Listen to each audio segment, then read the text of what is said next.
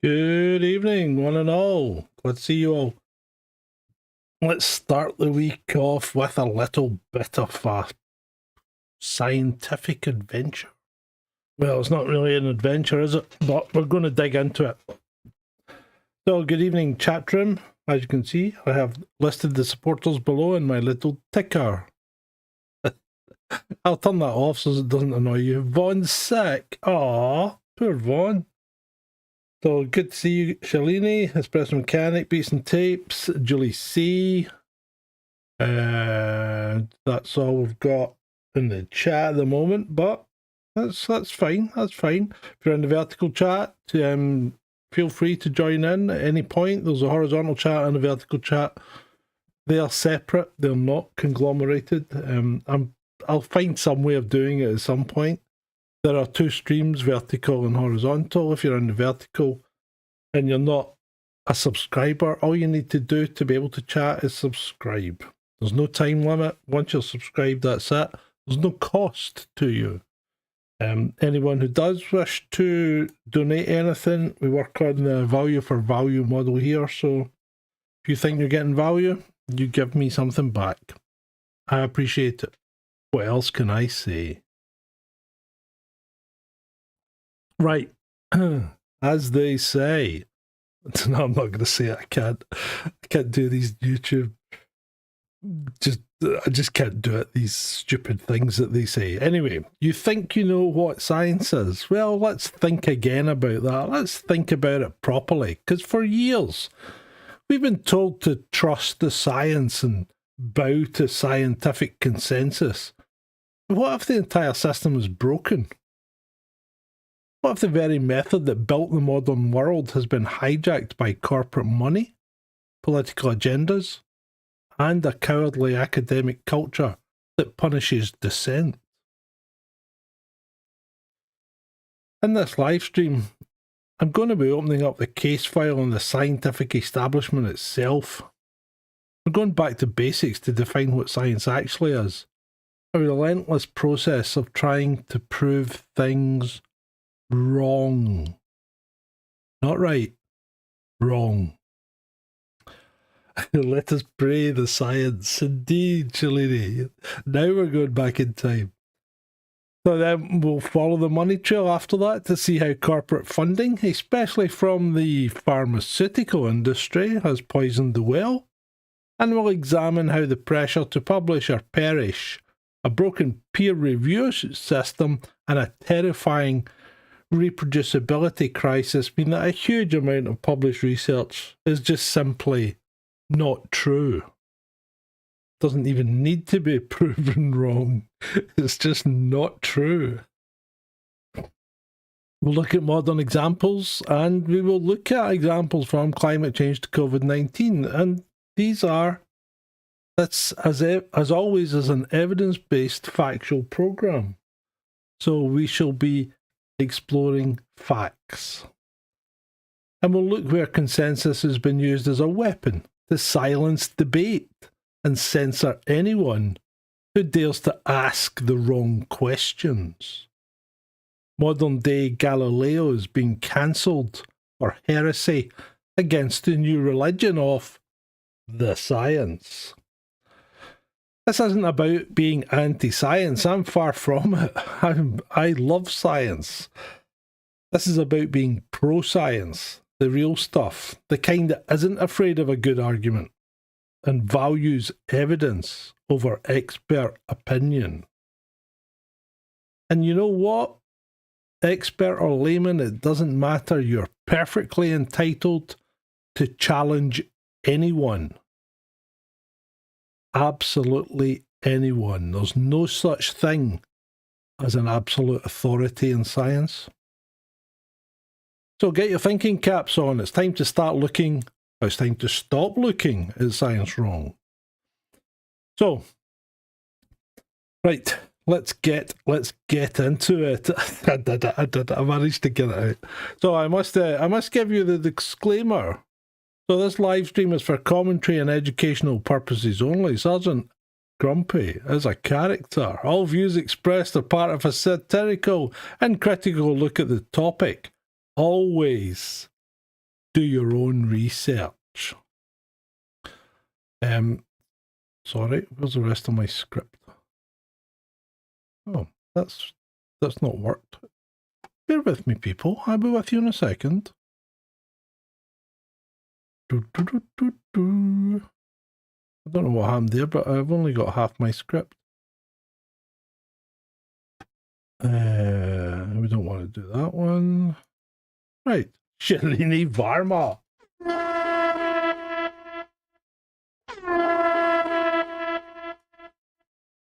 And there you go. Nice one, Shalini. Thank you. That's a £5 super chat.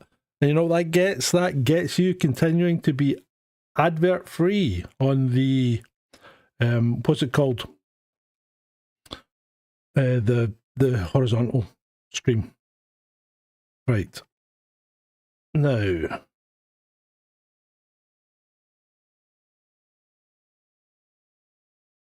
here we go.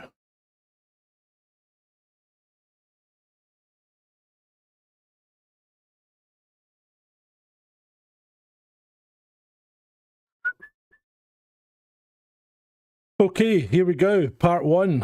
The fundamentals. What science is. Facts and observations. It's as simple as that. That's all that science is. The sky is blue. That's kind of a fact. As long as there's no clouds, the sky is blue on this planet. It's an observation, isn't it? Anyone with working eyeballs can verify it. No debate. No consensus needed. Just look it up and tell me what colour you see. So the next time it's daylight, you go out, you look up, sky will be blue. Hypotheses are possible explanations for facts. So why is the sky blue? Well, maybe it was painted that way by some cosmic decorator, just like Leonardo painting the Sistine Chapel. Or was that Michelangelo? Maybe the atmosphere scatters blue light more than other colours. Maybe blue light's more susceptible to being scattered. Maybe the sun's light is blue rather than white. These are hypotheses, potential explanations that we can test.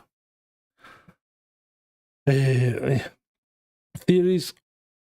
are hypotheses that have been tested and not found to be wrong. This is crucial. Theories are never proven right. They're just not yet proven wrong. So, the atmosphere scattering blue light, that's our current theory. Because every time we test it, we can't prove it wrong. We look at the aurora borealis, we get greens and sometimes purple, sometimes reds. Our theory is that we're exciting oxygen atoms in the upper atmosphere by cosmic rays, and they're giving off light. That's the theory. Good evening, Dreadeye. So, from the theory we can make predictions. The sky should be darkest blue directly overhead because the light coming from the sides has got more atmosphere to go through. Therefore, it will get scattered more, which means it will turn more white. Lo and behold, when we look up, that's what we see. Now, I know, in Scotland in particular, we don't see the blue sky often, but in fact, it's not been that bad a summer, to be fair. Don't quite think it's been the hottest ever, but that's another question we'll be going down later. And then, after that, laws are conclusions that we base on repeated observations and experiments that have consistently not been proven wrong. Newton's laws, thermodynamics, gravity, these aren't immutable. Even the speed of light, nothing's immutable. They're not just truths that are handed down by the universe. They're just our best current understanding that hasn't been successfully challenged yet. And this is where modern science seems to have forgotten and lost its way. Science is not about proving things right, Yvonne. It's about continuously trying to prove things wrong. That's how scientific process has been made for centuries. Galileo didn't prove the church wrong by agreeing with them, did he? But here's where it gets interesting and where our current system has gone completely off the rails. We're going to talk about the funding corruption here. Trust the science, says Vaughan. You're right. Dreadeye. Julie. Beats and Tapes. Any questions so far? So Beats and Tapes says he sees colour. It's just like being dyslexic with colours, but I'm dyslexic too. Yes. Well, obviously, you're just screwed up, mate. There's no hope for it, is there? Oh, Vaughan's got a summer cold. A late summer cold. You seem to be very susceptible to these things, Vaughan. Are you taking your vitamin D? Maybe you should consider taking more of it. It's not expensive and it does wonders. I've had one cold in 6-7 years now. Anyway, here we go. The pharmaceutical example. And remember YouTube, this is an evidence-based, fact-based channel. So we'll be talking about facts. Oh, he's back on the vitamin D now. Right. Let's talk about pharmaceutical funding because it's the most documented and, frankly, the most terrifying example of how money corrupts science. So here are the facts. Industry-sponsored studies are more likely to favour the products of their sponsors than non-industry funded research. Not sometimes, consistently. 2017 Cochrane Review found that industry funding had a risk ratio of 1.27 of producing favourable results and 1.34 of drawing favourable conclusions. Think about that.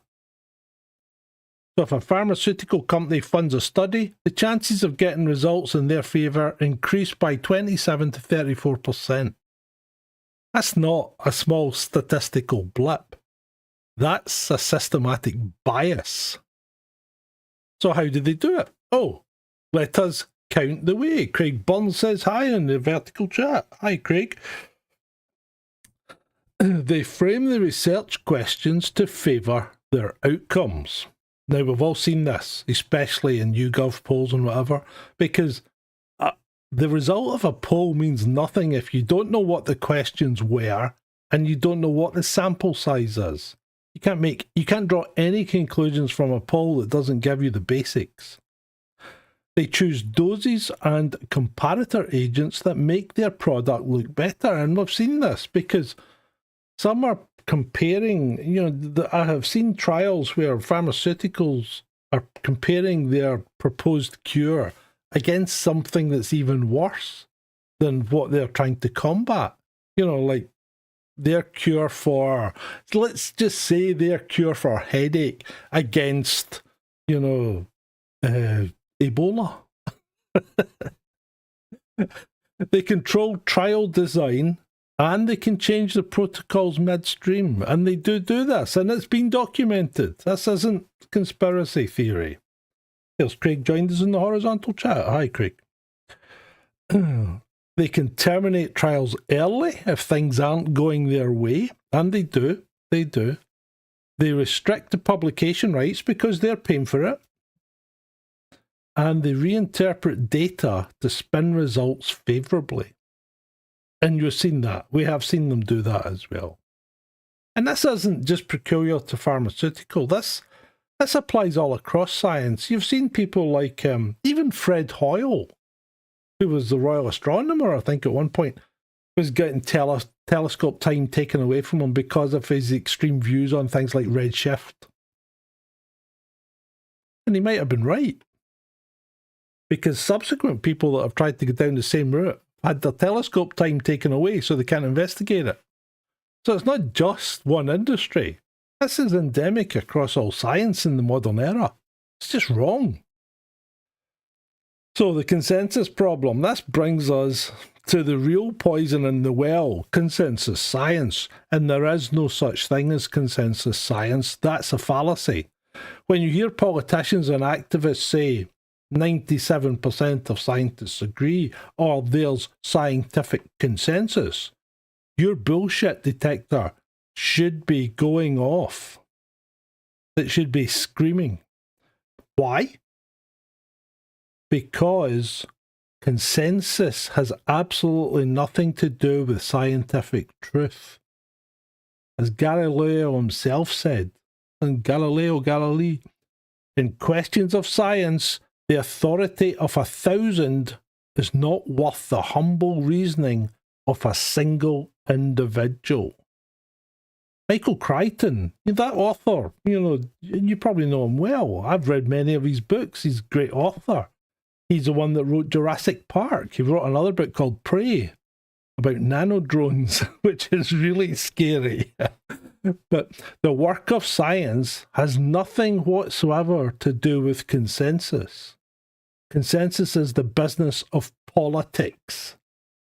Science requires only one investigator who happens to be right, which means that he or she has results that are verifiable by reference to the real world. Then we're back to observation and then verifying it. It's quite simple. Thank you, Craig. It is a friendly chat. We don't normally have bust-ups in the chat much at all. Oh, you're never on the wrong one, Craig. It just depends where you want to be. Sometimes the vertical chat's better if you've got a phone or whatever, or you're out. But certainly the horizontal has most of the chat on it. Right.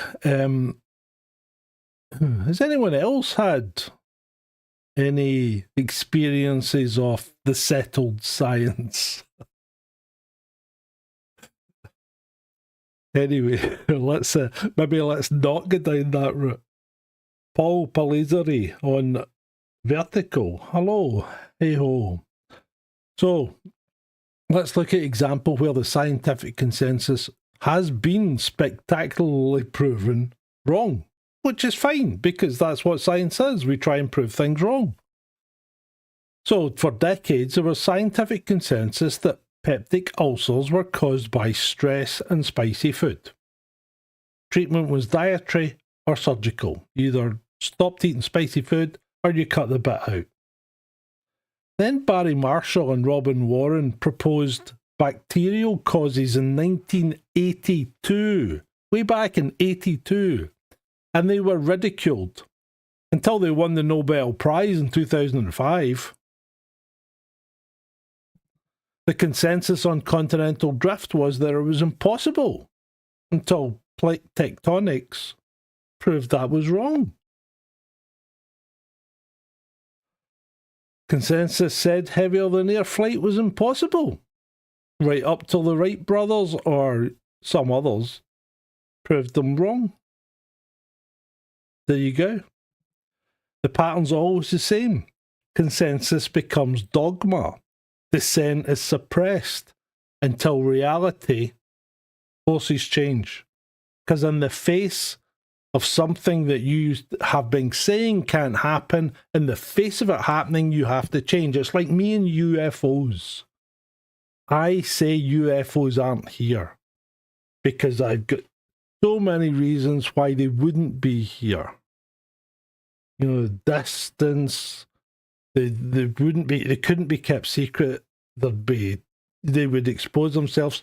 So you park a UFO on the White House lawn, and boy, God, I'm going to have to change my name. Well, I'll probably change my name as well, but I'd have to change my tune, wouldn't I? Right. The modern Galileo problem, scientific censorship, and this is what's happening to us all the time, isn't it? So peer review. The peer review system, supposedly our safeguard against bad science, is fundamentally broken. There's Vaughn. Actually, that's a good point. Vaughn says, we still talk about electricity as flow of electrons, but we've known for a long time it relies on magnetic fields. Well, you're 100% right, Vaughn, because I don't think anyone actually understands fully how electricity works. Now, we have analogies. It works like turning on a tap and water going down pipes, like the electrons are going along. But that analogy completely breaks down when you get to wireless charging. I mean, can you imagine trying to fill a bucket when there was a gap between the water on the tap and the bucket and no way to transfer across it? Could you fill a bucket through a brick wall? No, you couldn't.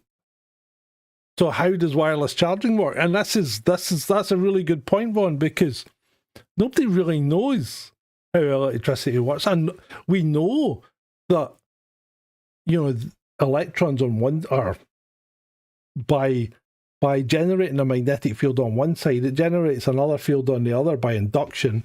And then, but how does it charge? How does it charge? That's the thing. And then there's the other problem.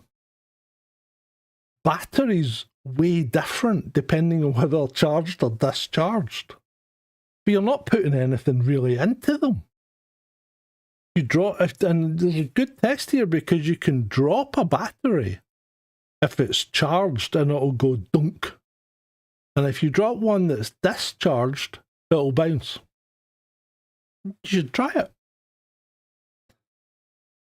Right, where are we? So we're now going to go into the peer review system. So reviewers your peer reviewers, many of the reviewers lack expertise in the specific research areas that they're meant to be reviewing. Qualified reviewers lack the time and, crucially, the incentive for a thorough review. The system's slow, often taking months or years. A systematic bias against controversial findings. People don't want to rock the boat. It's like Egyptian archaeologists are never going to try and explain saw cuts that are 4,000 years old. You did everything with sand and copper chisels and sand. That's how they did it. That's how they cut granite and diorite. Yeah, sure they did. And reviewers can block publications of research that threatens their own work. So, peer review is basically your pals and your enemies looking at the stuff that you're putting out and going, yay or nay. That's not an effective system. Not in this day and age. A recent PNAS paper found that scientific censorship is actually increasing, driven by scientists themselves who are motivated by self-protection and benevolence towards peers.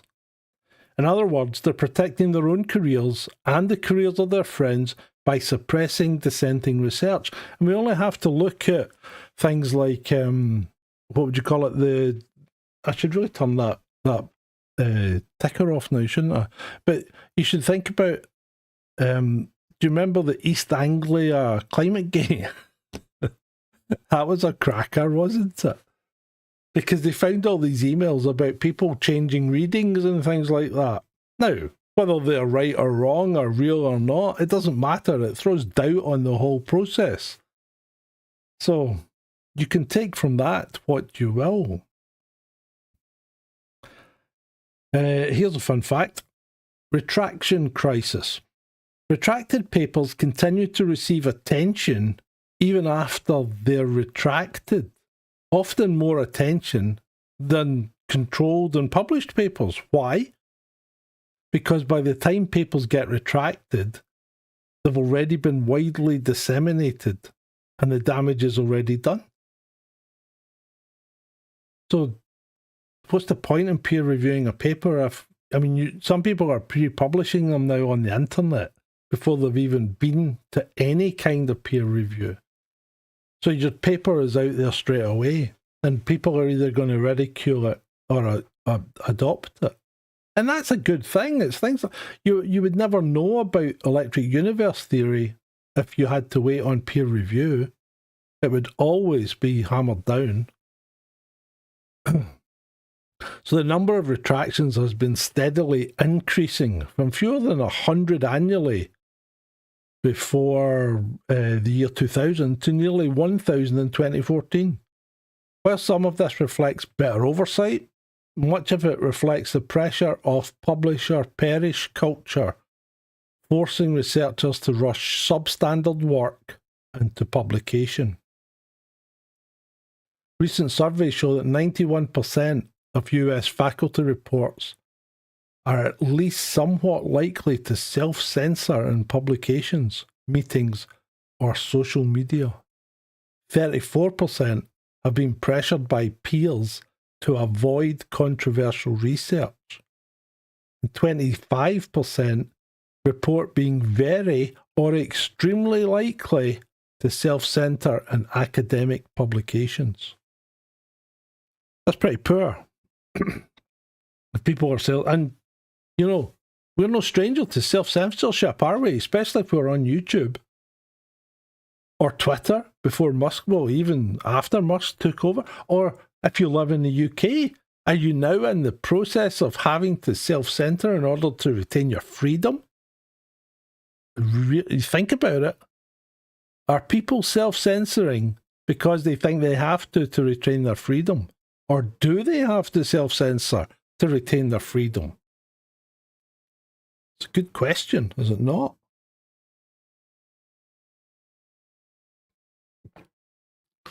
So a quarter of scientists are afraid to publish their actual findings. That's not science. That's ideology masquerading as science. Robin, good to see you, mate. Late but not forgotten, you are right. So let's that famous 97% climate consensus on climate change. Let's examine that claim, because multiple analyses have shown that the actual support among actual climate scientists is way lower than that claimed. And the studies used to support the 97% figure have significant methodical problems, and most of them are indeed just collections of research, and they're taking an average of all of them and putting it forward as research, and that's not how you should be looking at these things. But here is the key point here, and this is something that you have to bear in mind.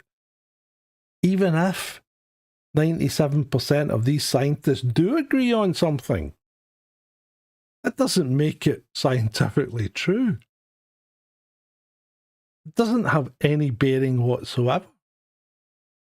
Science isn't decided by vote. It's decided by evidence and the ability to make accurate predictions. It doesn't matter how many people are going to tell you the sky is actually pink. When you look up and see it's blue, who's right? You or them? And we're seeing this play out in real time. We're seeing the whole thing play out in real time with recent restrictions on government researchers.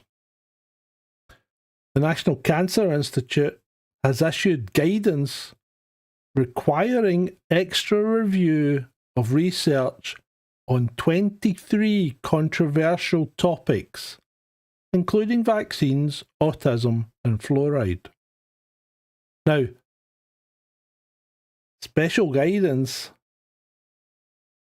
I'll come to it. Scientists are being told to flag work on these topics for special review. That's a euphemism for censorship. And scientists have to worry about what's politically acceptable. Remember, we're talking about science here, which deals in cold, hard facts. When these scientists have to think about what's politically acceptable rather than what's accurate, we've stopped doing science. We're just making shit up now. That's all you're doing. You're making shit up. That's not science.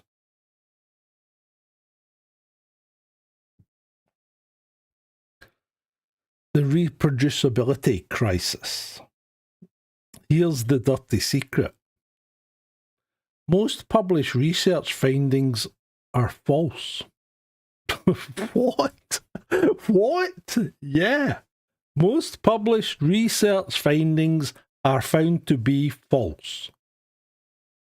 John Ioannidis proved this mathematically in 2005. 2005, right? And subsequent replication studies have borne it out.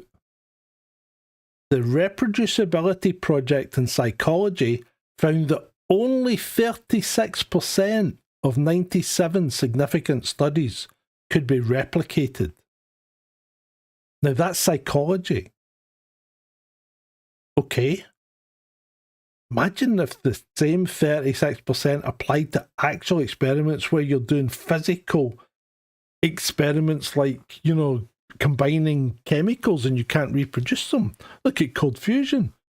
Some can, some can't, you know. Look at the experiment where they thought they found that the speed of light can vary and then nobody could reproduce it.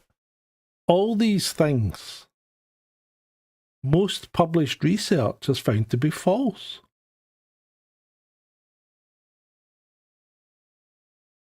In cancer research, only 6, and this is a fact, this isn't supposition or conspiracy theory, these are just facts, this is evidence-based, remember? This channel is evidence-based, we're taking evidence. That was for YouTube, not for you guys.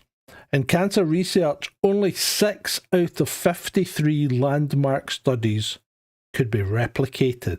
That's got to be worrying. So what's happening to those other 46?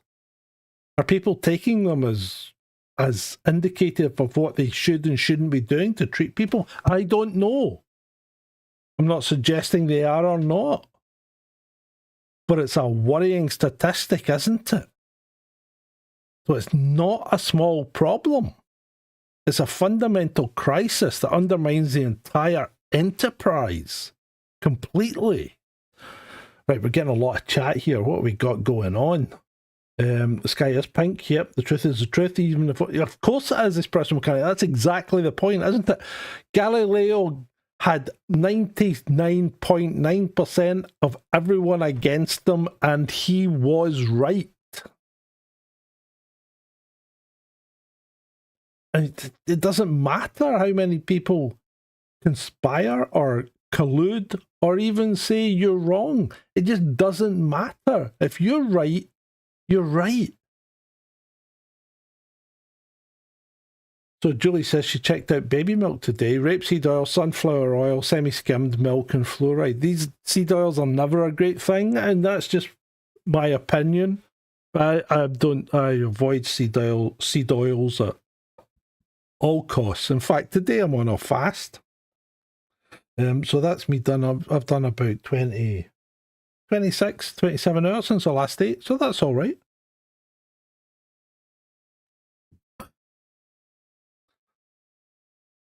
Oh, yeah, that would be formula, wouldn't it? Was it Russell? Craig Bums asked, was it Russell Targ who proved light speed can be increased? I'm not quite sure, Russell.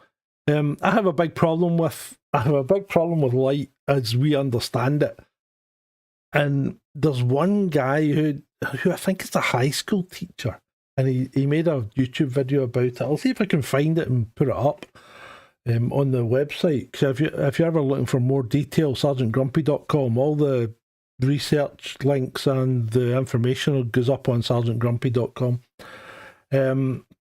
So Russell Targ was a remote viewer, wasn't he? Was he a remote viewer? I'm not quite sure.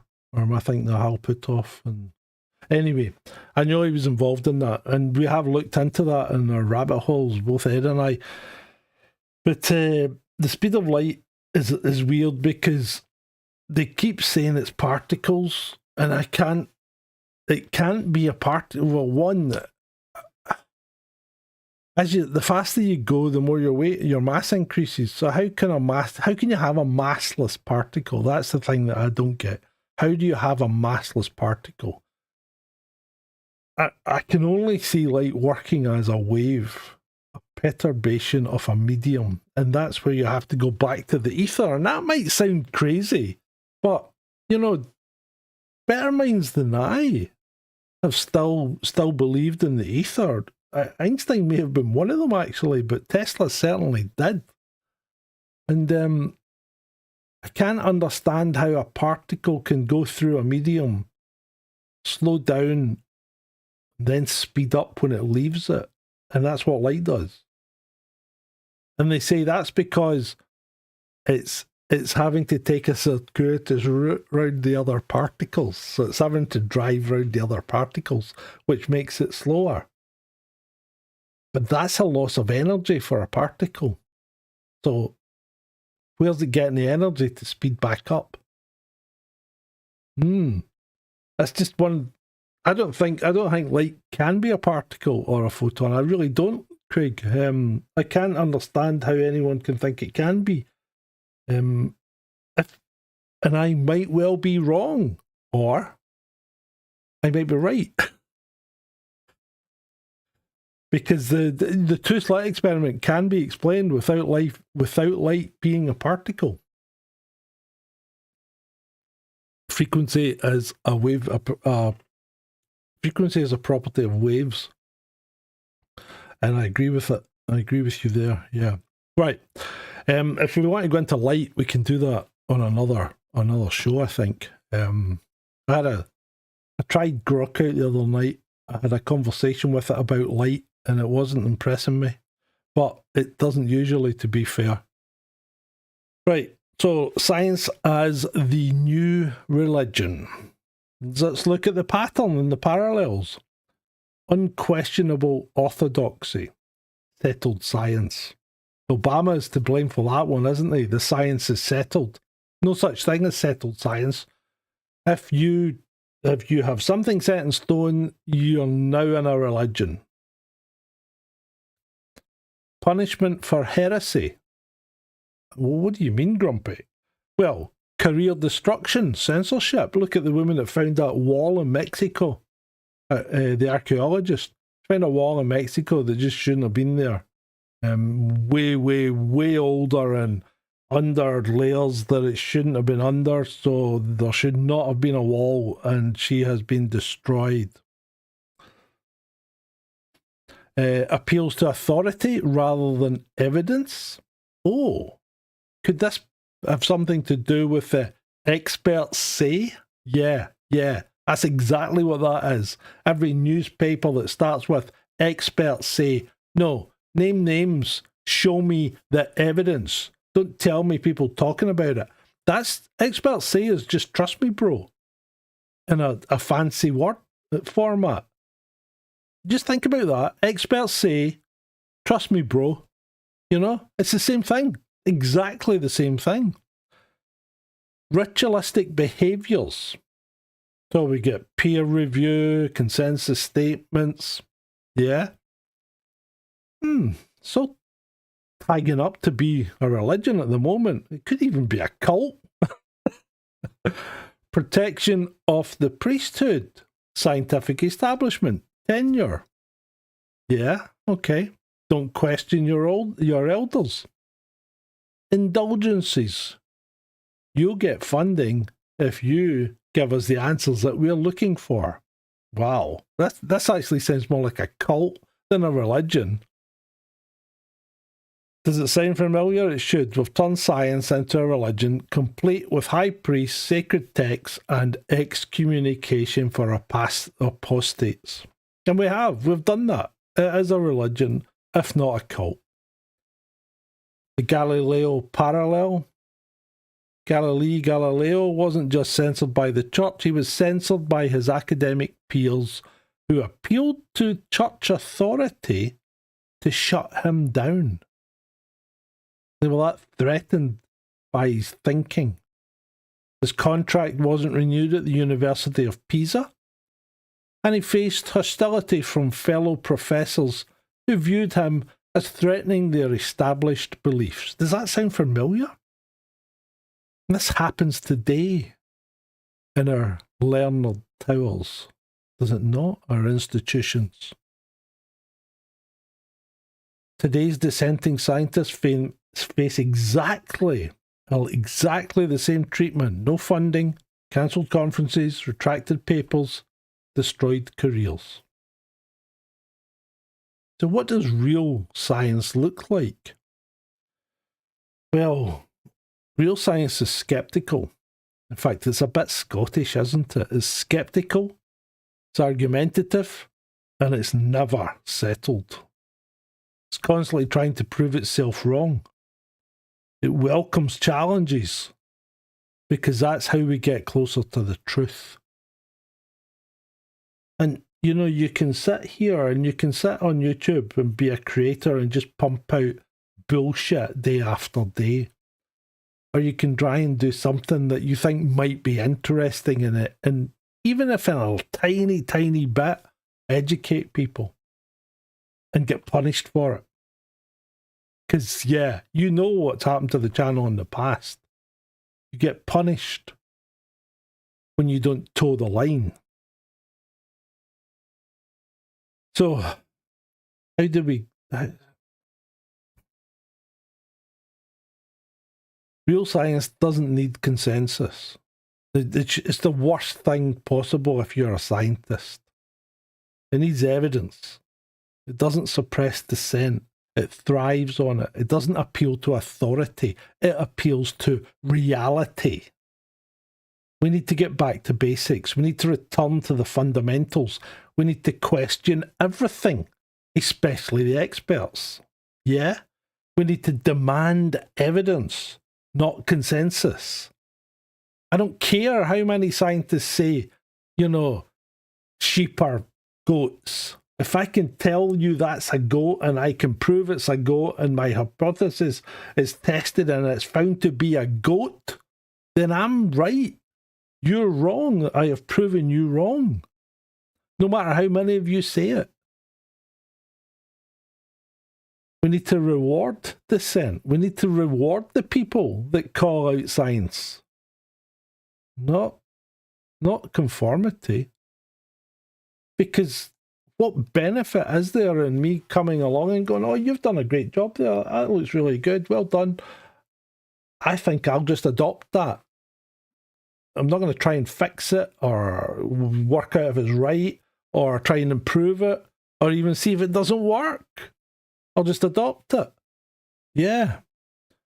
We need to fund replication studies, not just novel research. And that's the snag, because you get the novel research and then nobody can duplicate it, and nobody can get funding to try and duplicate it because nobody can duplicate it. Yeah, self-fulfilling prophecies. Separate funding from expected outcomes. You can't have corporations and pharmaceutical companies funding science. This is the problem. Every cure, every vaccine, every medication should be independently verified by completely separately funded laboratories. If it has to be government, fair enough, but they need to be away from the influence of politicians. They need to be a completely separate institution. Make raw data publicly available, because there are loads of people out there who have plenty of time in their hand to go through it, and they'll go through it with a fine-tooth comb.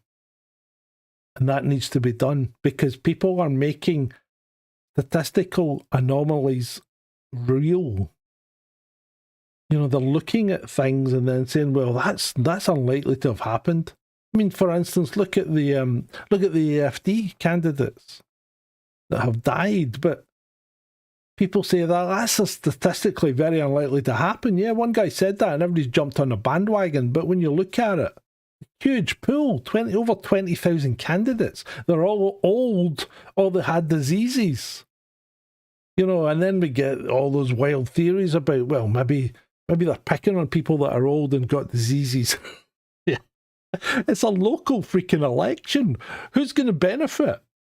These guys don't have any influence on party politics. Punish suppression of negative results. So when, and this happens all the time. Look at, I don't even know if we can say it, but look at AstraZeneca. Why was it pulled from the market? Because they must have known what it could cause. And yet, it wasn't pulled very rapidly, and it wasn't pulled from all markets at the same time. In fact, I still think they shipped, 90% of their stock over to Africa or Indonesia or somewhere just to get rid of it. Crazy. So the scientific method isn't broken. It's not broken yet, but the scientific establishment is. We've allowed politics, money, and ideology to corrupt what should be humanity's greatest tool for understanding reality. The good news? Real science will always win in the end. Somebody will get there. Reality has a way of asserting itself, no matter how many consensus statements try to suppress it. Galileo was vindicated, Copernicus was vindicated, continental drift was accepted, H. pylori causes ulcers. Question is, how much damage will we allow to happen that the current and how much damage will we allow the current corrupted system to do before we fix it? So, there we go. That's we're nearly there. In fact, that's us pretty much done. I don't know if you've enjoyed that tonight. I've quite enjoyed it. I quite like these little evidence-based dives into things like just subjects that kind of, this came into my head this morning and I thought, it's time that we did this again, because I think I've done something quite similar before, but not as detailed and not as well thought out. So I spent, the whole morning on this. And then I also put a review out on Snarky. So A New Hope has been reviewed on Snarky, so you can go and look at that as well if you enjoy it. That's Snarky-Cinema for those that don't know, where I do reviews as the Grumpy Scott. It's a car crash. A New Hope is a freaking car crash. After you've watched the 3 prequels, Andor, and then Rogue One, A New Hope is just like, oh my god, it's cringy. Because you didn't know who these people were in 1977.